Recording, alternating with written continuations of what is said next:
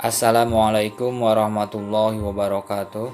Alhamdulillahirabbil alamin wa bihi nasta'in ala umuri dunya waddin wa ala alihi wa sahbihi ajmain amma ba'du.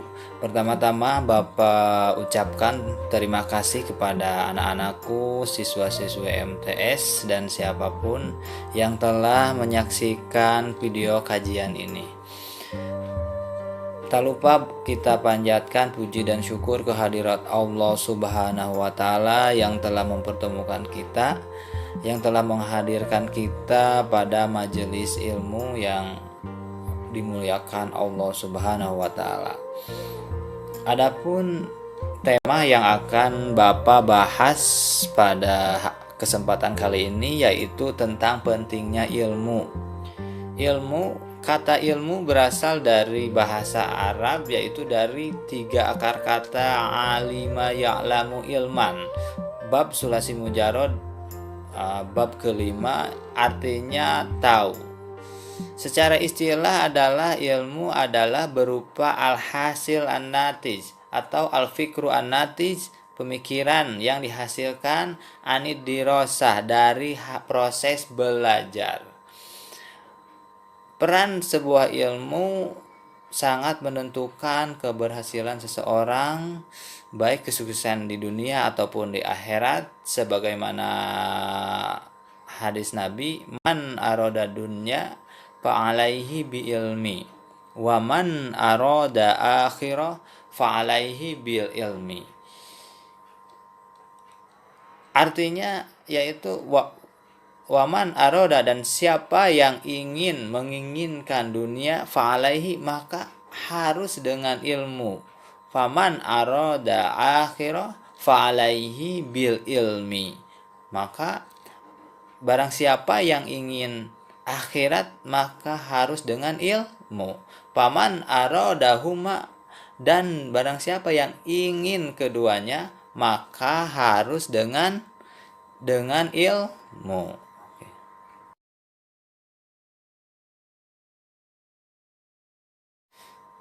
Mencari ilmu adalah sebuah kewajiban bagi seluruh umat muslim dan muslimat. Sebagaimana hadis Nabi, thalabul ilmi faridatun ala kulli muslimin wal muslimat.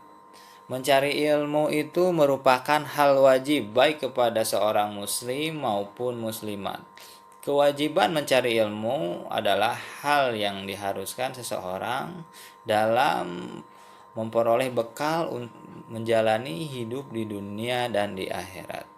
Faridatun makna wajib itu dikhususkan kepada beberapa ilmu, yakni ilmu agama dan ilmu-ilmu umum lainnya.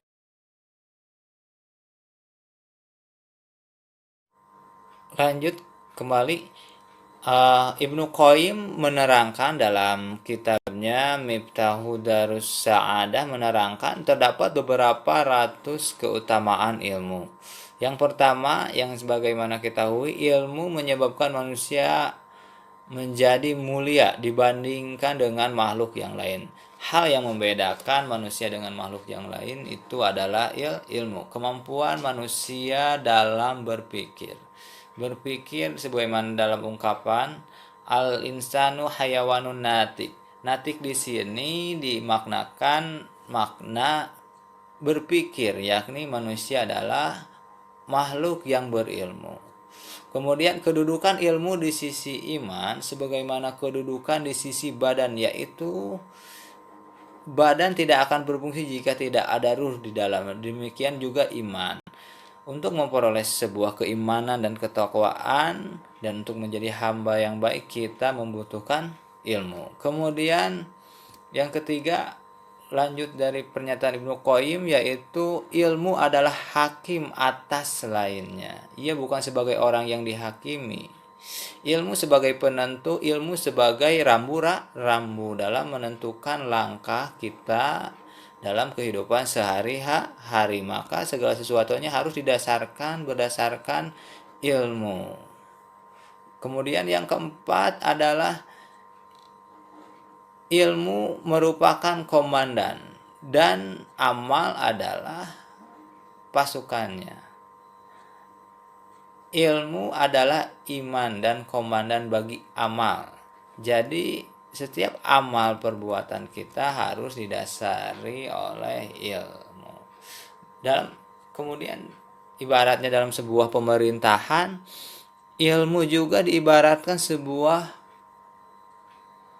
daulah, atau sebuah daulah, dalam sebuah kerajaan, ilmu dipahami juga sebuah al-muluk, seperti seorang raja. Bayangkan jika seorang raja tidak memiliki ilmu, bagaimana ia akan bisa berdiri dan memimpin. Dengan ilmu, agama bisa berdiri kokoh, negara bisa berdiri kokoh. Kemajuan-kemajuan peradaban dari masa Romawi, kemudian dari masa Mesir kuno, lanjut ke peradaban Romawi, lanjut ke peradaban Islam, lanjut ke peradaban Eropa, lanjut ke peradaban Amerika, semuanya didasarkan pada ilmu. Semua pemegang sebuah peradaban adalah mereka yang menjadi mahasiswa dunia dalam bidang ilmu pengetahuan.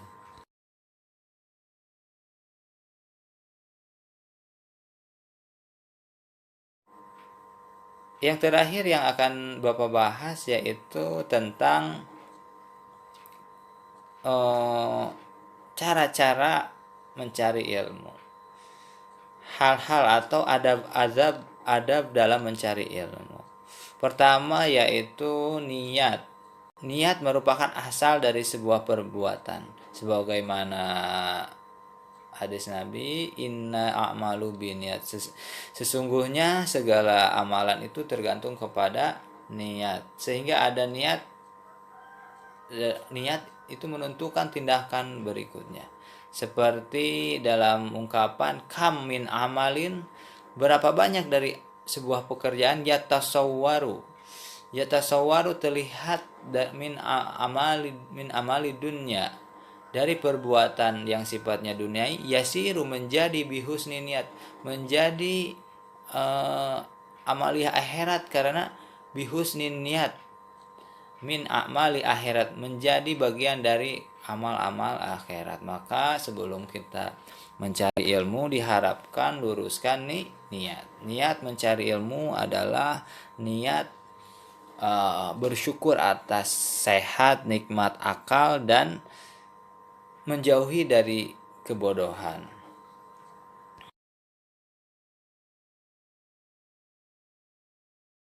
Upaya mencari ridha Allah. Kemudian menciarkan agama. Yang ketiga, menghilangkan kebodohan. Yang keempat, mensyukuri nikmat akal serta nikmat sehat jasmani dan rohani.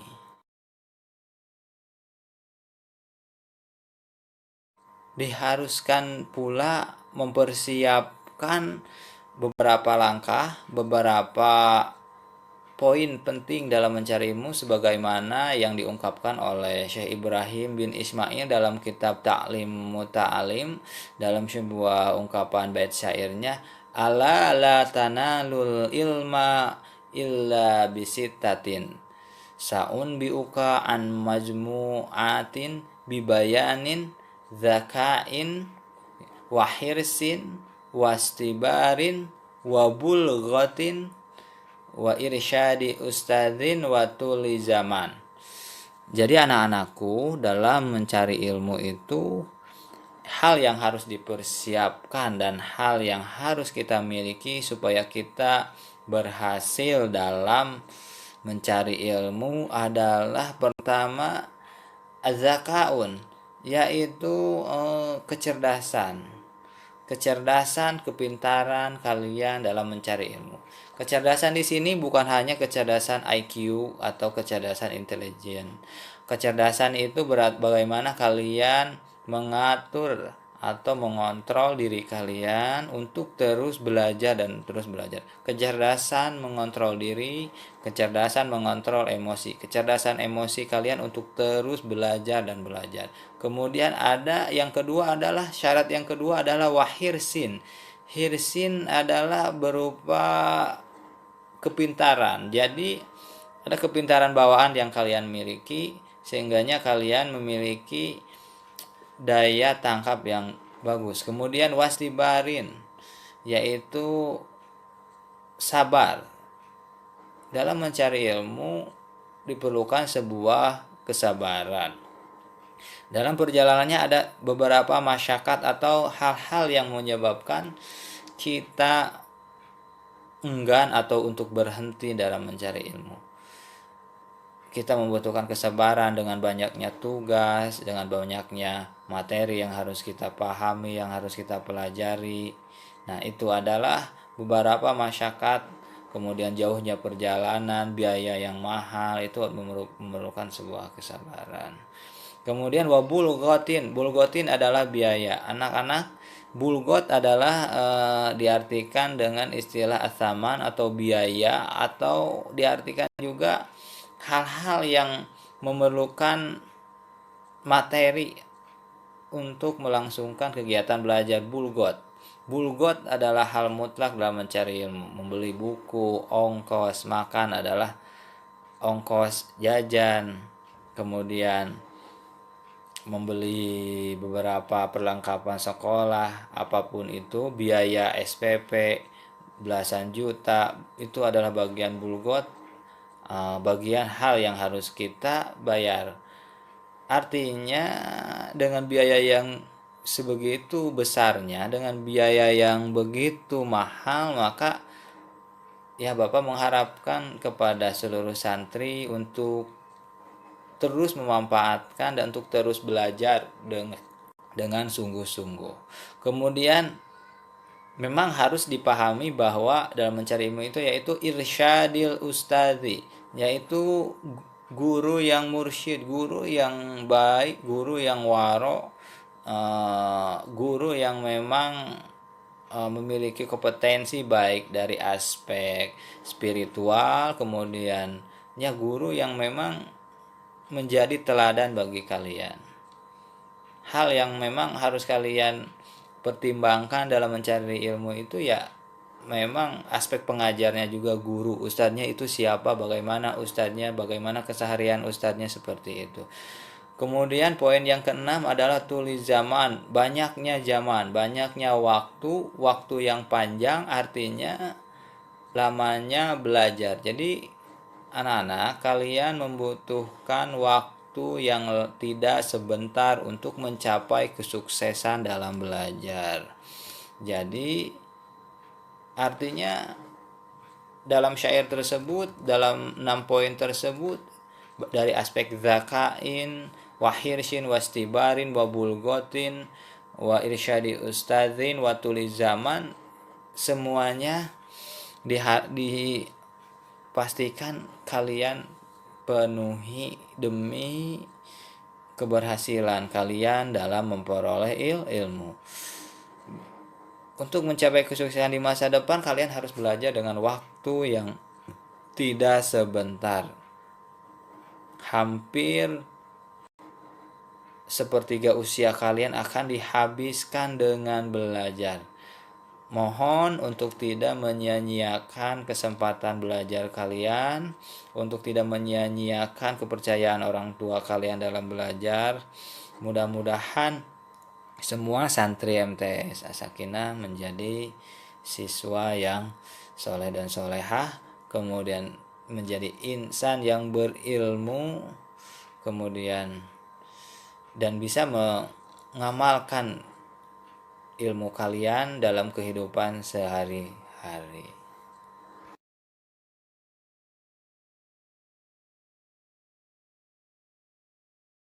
Teman dalam mencari ilmu itu sangat mempengaruhi kalian dalam mencapai atau dalam fi tahsilil ilmi, atau dalam keberhasilan mencari ilmu.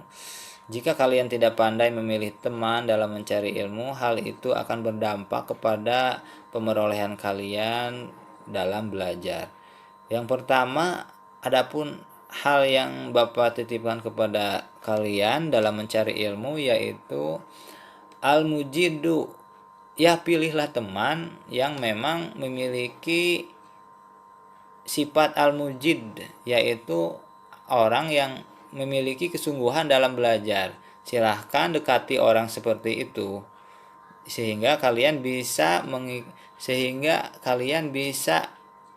terbawa, minimal terbawa atau mengikuti menjadi sifat al-mujid, jiddi, sifat sungguh-sungguh dalam belajar.